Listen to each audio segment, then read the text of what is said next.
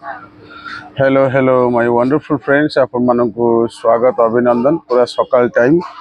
बर्तमान भोर भोर टाइम तो मुझे चिंता कली कि आपण सहित गोटे भीतर कथा कहवाई चाहूँगी सकाल समय हूँ बेस्ट टाइम बुझे आमे माने जो शोचंती बहुत पिला सब पिला नुहत किसी पिला जे सोई जाउछन खाली आमे स्टूडेंट लाइफ नुहे समस्त कथा मो जीवन में घटी अधिक समय शोवा भल जे किंतु तार गोटे सीमा अच्छी जदि आम अधिक समय शोजा ताले सकाଳେ आम लेट्रे उठा प्रथम कथा सिंपल सकाळे उठिले जो कार्य करने कथा जो पढ़ा कार्य बा जो कर्म अच्छी सी कौन हम लेट हो भोर 4टार जदि जड़े उठी पड़ा जानतु बहुत कथा हो पार भोर 4टार डिस्टर्बेंस नहीं पूरा ब्रह्म मुहूर्त तापरे से समय कौन प्रकार फोन कॉल नहीं डिस्ट्रैक्शन नहीं ऑन स्क्रीन जो टाइम स्पेंड करिया मोबाइल से भी नहीं सांगसाथी का फोन भी नहीं मन भी स्थिर हो जाइथिबो बुझिपार सकाळ टाइमटा माने बेस्ट टाइम आपन जिते समय चाहिए जिते यूटिलाइज करिया चाहिए पढ़िया पई करि परिबे तेणु ये वीडियो माध्यम रे आपन छोटिया मेसेज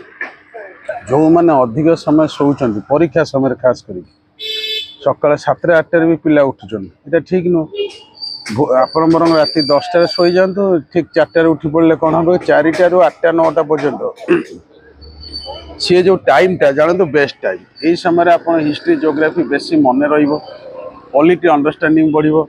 एवं 9टा पर आप जो कार्य कले पुणी 2 घंटा ब्रेक नहीं करी जदि ऑफिस अच्छे ठीक अच्छे ऑफिस जदि नहीं प्योरली स्टूडेंट लाइफ ताले क्वेश्चन आंसर को प्रैक्टिस करदे बुझिपार क्वेश्चन आंसर प्रैक्टिस करदे क्वेश्चन आंसर जो इंजेक्शन अच्छी टेस्ट क्वेश्चन आंसर तो प्रैक्टिस करदे कौन हम ना आपंकर माने सेटा आपन सकाळ स्टडीज हो गला हिस्ट्री जोग्राफी पॉलिटी एनवायरनमेंट जहाँ भी अच्छी 9टा पर आप क्वेश्चन प्रैक्टिस करेंगे क्वेश्चन का मेन कारण क्वेश्चन प्रैक्टिस न कर बर्तमान परीक्षा समय ताले बहुत असुविधा तेणु मोट उपर कह गले अधिक समय न शोक आउ जन तो कुंभकर्ण भाया शोच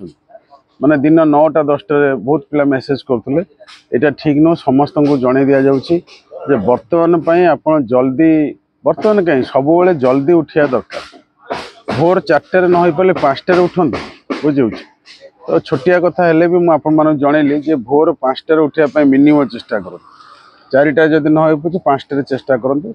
कारण 5टार उठीगले तथापि आप 3 घंटा मिल पढ़ाई बुझीपार यही समय पढ़े ना केतले पढ़े जी भी कम कर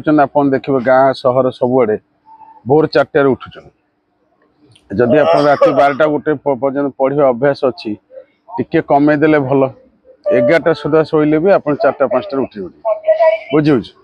5-6 घंटा शोले तो आम पढ़ार अच्छी ना एवं दिन जदि निद लगे 15 मिनट नैप नहीं जी नैप माने शॉर्ट ड्यूरेशन ऑफ स्लीप सी चलो कि अधिक समय शोया द्वारा कौन हम ना दिन छोट हो सका 8टा 9टार जे उठो तो दिनटा केते छोट हो बुझे कम भी करें मोट उपर ये मेसेज होची जे आमे शोवाटा जी दरकार से करवा दरकार ना जीवन जो ड्रीमटा जो गोल अच्छी जो ऑब्जेक्टिव अच्छी जो लक्ष्य अच्छे सी भी शोई पड़ो बुझे तेणु विश ऑल द बेस्ट निश्चित भल करेंगे कि सकाଳେ उठा आरंभ कर दिया अभिनंदन।